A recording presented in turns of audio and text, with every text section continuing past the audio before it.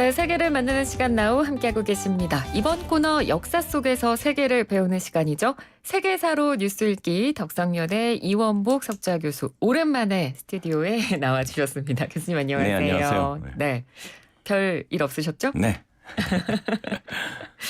자, 오늘 오랜만에 저희가 스튜디오에서 얼굴을 뵙고 네. 이야기를 좀 나눠볼 주제는 벨라루스 이야기입니다. 예. 정말 이 부분은 궁금해서 교수님한테 꼭 여쭤보고 싶은 역사적 배경이었는데 벨라루스에서 대선 치러진 지 이제 어제부로 벌써 딱 한 달이 됐거든요. 그러니까 선거 결과는 26년째 대통령을 하던 그 대통령이 무려 또 80%가 넘는 득표율로 압승을 해서 또 대통령이 된 건데 이에 대한 결과에 대해서 이제 시민들이 이 결과를 믿을 수 없다. 부정적인 선거가 이뤄졌다 이러면서 시위를 하고 있는 거죠. 그렇죠. 네. 뭐 루카셴코 대통령이 개헌까지 언급을 하고 있는데 일단 뭐 자리에서 내려올 뜻은 없는 것 같고 전혀 없죠. 네, 뭐 야권 인사들이 실종되고 강제 출국되는 일도 벌어지고 이런 상황이 계속해서 지금 벌어지고 있는 것 같더라고요. 이제 우선 벨라루스 그러면 좀 생소하실 거예요. 우리나라 네. 사람들한테는. 옛날에는 우리가 이제 백러시아라고도 했는데 백러시아. 백러시아 하얀 오. 하얄 뺏겨서 백러시아. 이 벨로가 백러시아 하얀 러시아라는 뜻이거든요. 근데 왜 그러냐 하니까 이것이 진짜 나라가 하얘서 그런 게 아니라 네. 실제로 국민들이 그 유럽의 백의 민족이라고 할 정도로 흰옷을 즐겨 입고 아, 정말요? 뭐 건물 흰색 잘 칠하고 백색을 좋아하는 건 사실인데 그래서 백러시아가 아니라 이 러시아 슬라브족들은요 방향을 색깔로 표시합니다. 그러니까 흰색은 서쪽, 블랙은 동쪽, 그다음에 레드는 북쪽, 뭐 블루는 남쪽 이런 식으로. 네. 근데 이제 벨로 그러니까 화이트니까 여기서 서쪽이라는 뜻이에요. 다시 얘기해서 서러시아라는 뜻입니다. 아. 그래서 이제 보면은 슬라브 민족이 세 슬라브 민족이 있어요. 네. 같은 민족인데 그것이 동슬라브, 서슬라브, 남슬라브로 갈립니다. 동슬라브가 벨라루스, 우크라이나, 러시아. 그리고 서슬라브가 저기 폴란드, 체코, 슬로바키아 세 나라. 그리고 남슬라브는 중간에 딱 헝가리가 잘려 있기 때문에 네. 발칸 반도에 있는 유고슬라비아 지방. 그 유고가 슬라브 말로 남쪽이라는 뜻이거든요. 네. 그래서 유고슬라비아가 남슬라브라는 뜻입니다. 아. 그러니까 여기는 벨라루스, 우크라이나, 러시아가 있는데 이 세 나라가 뭉쳐 있는데 언어도 비슷하고 민족도 비슷한데 다만 민족적 정서는 벨라루스는 150년, 200년 가까이 친러시아 내지는 러시아화하는 그 세뇌를 했기 때문에 거의 국민 정서가 러시아에 가깝고 예, 우크라이나는 죽어도 러시아는 싫다는 그다음에 반러시아 정서가 엄청나게 강한데 이 백러시아인은 러시아인이 12%밖에 안 돼요. 네. 근데 우크라이나는 17%가 넘어요. 러시아인이. 그런데도 반러시아 정서가 우크라이나가 훨씬 강합니다. 복잡한 관계죠. 그러니까요. 그 복잡한 관계가 왜 그렇게 설정이 됐는지는 저희가 또 후반부에 자세하게 좀 이야기를 해보도록 하고요. 벨라루스가 유럽에 속해 있잖아요. 그렇죠. 그리고 얘기를 들어보니 저도 뭐 가본 적은 없는데 혹시 가보셨어요, 교수님? 거긴 못 갔죠. 거기 그 옆에까지 가봤는데 폴란드. 거기가 뭐 자연이 굉장히 아름답다고 아름다운 그래요. 곳이라고 네. 하더라고요. 정말 이 소식을 전하면서 저는 놀라웠던 건 일단 벨라루스가 유럽에 속해 있는 나라라는 것도 좀 생경했는데 소련으로부터 이 벨라루스가 독립을 한 뒤에 26년이나 넘게 한 대통령이 장기 집권을 한 거잖아요. 그렇죠. 네. 어떻게 유럽 대륙에서 이런 일이 있지라는 생각이 좀 들었어요. 생각해 보십시오. 이거 제가 말씀드린 그 러시아의 그 문갑방은 비슷한. 네. 이제 이렇게 생각하시면 됩니다. 이렇게 한옥이 있는데 러시아가 이 한옥의 주인이에요. 거기에 대문 옆에 문간방이 있어요. 거기가 벨라루스인데 러시아 사람들은 그 문간방도 우리 거라고 생각하고 네. 문간방 사람들은 자기도 주인은 그 러시아는 맞는데 우리는 독립된 집이다. 이런 상황입니다. 그러니까 이것이 이제 말하자면 루카셴코 같은 경우는 이미 북소련 시대 때 고위 관리 다 하고 그리고 올라온 사람이니까 네. DNA 자체가 공산당 내지는 그 소련의 DNA가 완전히 박혀 있는 사람이에요. 그러니까 지금까지 한 정치가 모든 건 공포 정치, 탄압 정치, 네. 독재 정치. 그러니까 이 동방 이쪽에서의 유럽권들은 그 DNA가 바뀌지 않습니다. 그리고 이 벨라루스의 위치상으로도 그럴 네, 수밖에 없다는 그렇죠. 얘기가 있는데 워낙 이 벨라루스 자체가 폴란드에서 러시아로 넘어가는 그렇죠. 길목에 딱 예. 있다 보니까 보통 이런 길목에 있는 나라들은 항상 주변 국가들의 그런 그래서 이제 피해를 입잖아요. 우리나라 사람들은 잘 모르는 그런 위치인데 예. 이 폴란드가 가톨릭 국가입니다. 벨라루스, 러시아는 당연히 러시아 정교고요. 그러니까 이것이 경계선이에요, 벨라루스가. 네. 그러니까는 이 중간에 끼어 있는 나라들, 벨라루스하고 그 옆에 있는 발트 3국, LR이라고 그러죠. 에스토니아, 리투아니아, 라트비아. 네. 그 나라들은 우리는 모르는데 이 고래 싸움에 새우등 터지는 거예요. 그러니까 예를 들어 에스토니아 같은 경우는 2차 대전 때 일부는 소련군에 끌려가서 소련군 부대가 되고 일부는 독일군 끌려가서 나치군 부대가 되고 그래서 형제끼리 총질하고 이런 비극적인 역사를 겪은 거예요. 그러니까 요 지방 사람들의 특징은 외국은 싫다. 외세는 그럴 것 싫다. 같아요. 이게 네. 철저히 뼈에 박혔죠. 네. 그럼에도 불구하고 러시아는 그건 아니다. 약간. 그러니까 러시아는 외세라고 생각하지 않는 거군요. 그렇죠. 그만큼 세뇌를 단단히 시켜놓은 거죠. 그러니까 아무리 부정선거를 해도 80%가 나왔다는 것은 루카셴코를 지지하는 사람이 많다는 얘기예요. 아직도. 그러네요. 그러니까 이 벨라루스 국민들이 그런 전쟁에 대한 아픈 기억도 있고 그렇죠. 그렇기 때문에 이제 주변국 외국들은 다 싫다. 외세의 개입은 싫고 어떤 정치적 불안정에 대한 큰 두려움 이런 것들이 있기 때문에 이런 정서가 나오는 건데 지난해 이런 뉴스도 있었어요. 그래서 실제로 러시아와 벨라루스가 국가를 하나로 합치는 문제를 놓고 실제로 논의를 한 적이 있더라고요. 논의를 했죠. 논의를 해가지고 우리가 이렇게 불안에 살고 불안에 떨고 그럴 것이 아니라 네. 이제 푸틴이 살살 꼬신 거죠. 그러지 말고 우리 합치자. 우리가 남이가 우리가 남이가 맨날 같이 살았고 옆나라고 공산당백이 처음 열린 데가 민스크예요. 벨라루스예요. 그만큼 역사적으로도 밀접한 관계가 있으니까 우리 합치자. 그러니까 이제 루카셴코가 솔깃해가지고 막 얘기가 많이 됐거든요. 네. 합치려고. 네. 근데 이제 반대가 나오는 거죠. 왜냐?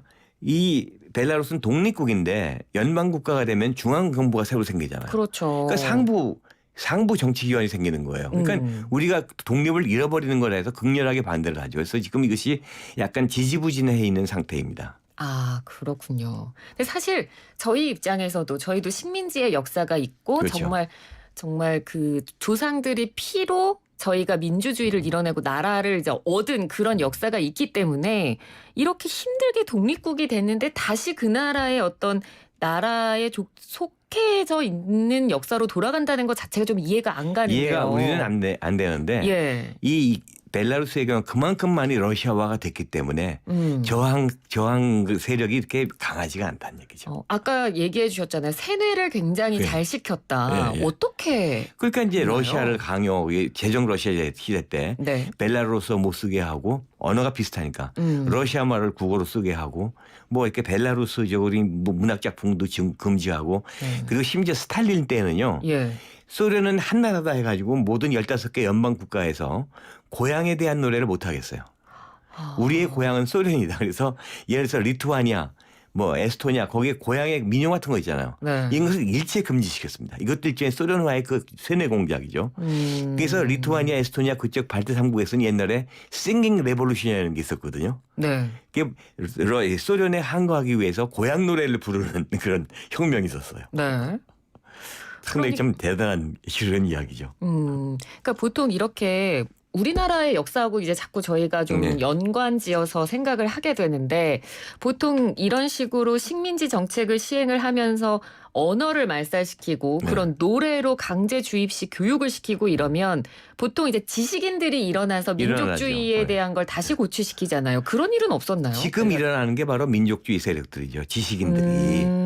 그래서 지금 이게 납치된 그런 야당 지도자라든지 네. 그리고 이제 언론사라든지 문필가라든지 이런 깨어있는 지식인들이 이건 아니다. 우리는 벨라루스, 러시아의 일부가 아니라는 거죠. 그런데 이 루카셴코는 완전히 푸틴 등에 올랐다고. 네. 그러니까 이제 자기 권력을 연장해야 되니까 계속 우리는 친러시아단 말을 못하지 않습니까?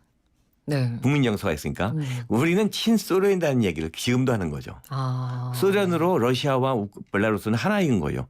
그 자동차 번호판에 그 망치하고 그 나지잖아요. 공산주의 맞고 그거 달게 하고 네. 국가 심볼로도 그걸 쓰게 하고 네. 그게 뭐냐니까 러시아와의 연대감을 국민들에게 암암리에 강조하는 거죠. 그렇군요. 참 안타깝네요. 그러니까 한 나라의 민족 정체성을 없애기 위해서 어떤 나라가 정책을 펼치고 그 정책이 결국은 어느 정도 성공을 거둬서 그렇죠. 세뇌를 확실하게 시키는 그런 결과를 낳았다는 것 자체가 참 마음이 아픈데 그러니까 지금 아까도 말씀해 주신 그래도 이런 상황 속에서도 벨라루스 민족으로서의 정체성을 찾기 위한 어떤 지식인들의 노력이 네. 분명히 있었던 거고 그중에 한 단체를 꼽자면 벨라루스 인민전선 네. 얘기를 저희가 또 해봐야 될 것 같아요. 어떤 단체인가요? 그러니까 이제 지식인들이 모여가지고 이제 어떤 이 루카셴코의 어떤 독재 정책이라든가 네. 장기 집권에 대해서 반기를 든 그런 운동이죠. 그래서 이제 예를 들어서 모든 건 국어를 갖다가 완전히 그 벨라루스어로 되돌리는 거라든지. 네. 그러니까 문학, 예술 모든 분야에 있어가지고선 벨라루스의 고유한 전통과 역사를 되살리자는 그런 하나의 민족혼을 깨우기 운동인데 제가 보기에는 좀 어려울 것 같아요. 참, 그러니까 이 벨라루스가 독립국이 되면서 그런 노력들이 있었는데 그 노력을 나타내주는 대목이 하나 있어서 네. 저희가 청취자 여러분을 위해서 소개를 좀 해드려 볼게요. 벨라루스인은 러시아 민족의 한 부류가 아니라 유럽 민족의 일원이다. 네. 소비에트 당국은 벨라루스 공화국의 역사적 고통과 순환의 가해자다.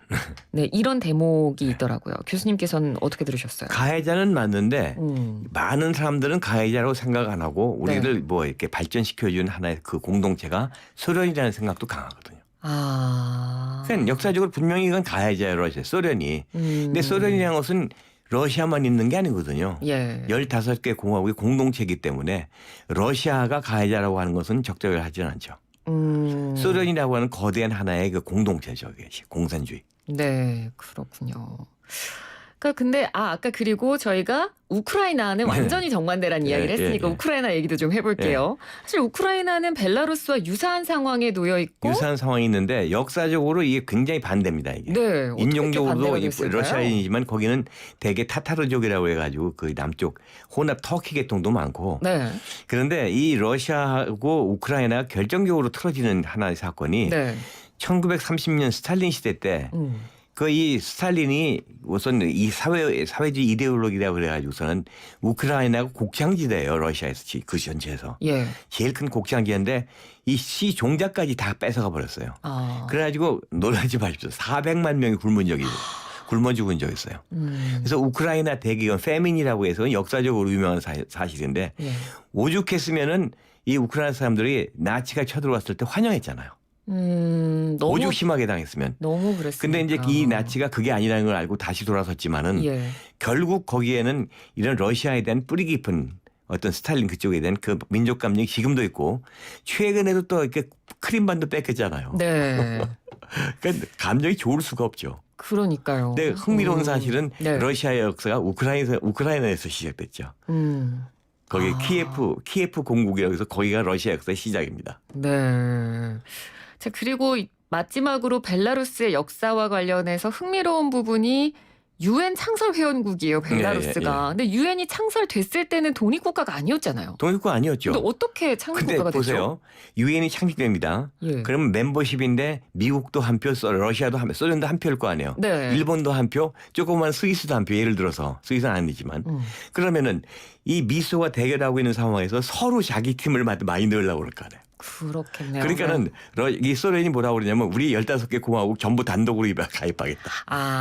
그러니까 미국이 뭐라 하셨어요. 그럼 우리 48개 그 당시에 네. 줄을 전부 단독으로 가입시키겠다. 그건 러시아가 소련이 불리하잖아요.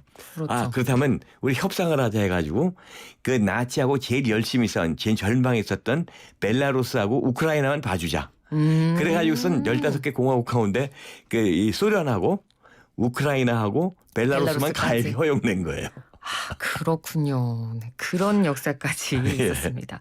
최근에 이 벨라루스 반정부 시위 사태에 그리고 푸틴이 이제 뭐 러시아 군사 지원까지 하겠다는 약속까지 하면서 왜 도대체 벨라루스의 이런 반정부 시위에 러시아가 개입을 할까 이 부분에 대해서 궁금하셨던 분들이라면 오늘 교수님께서 들려주신 이 역사 이야기가 굉장히 도움이 많이 됐을 것 같습니다. 감사합니다. 교수님 오늘 말씀도 잘 들었습니다. 고맙습니다. 네, 감사합니다. 네, 지금까지 이원복 덕성여대 석좌 교수였습니다.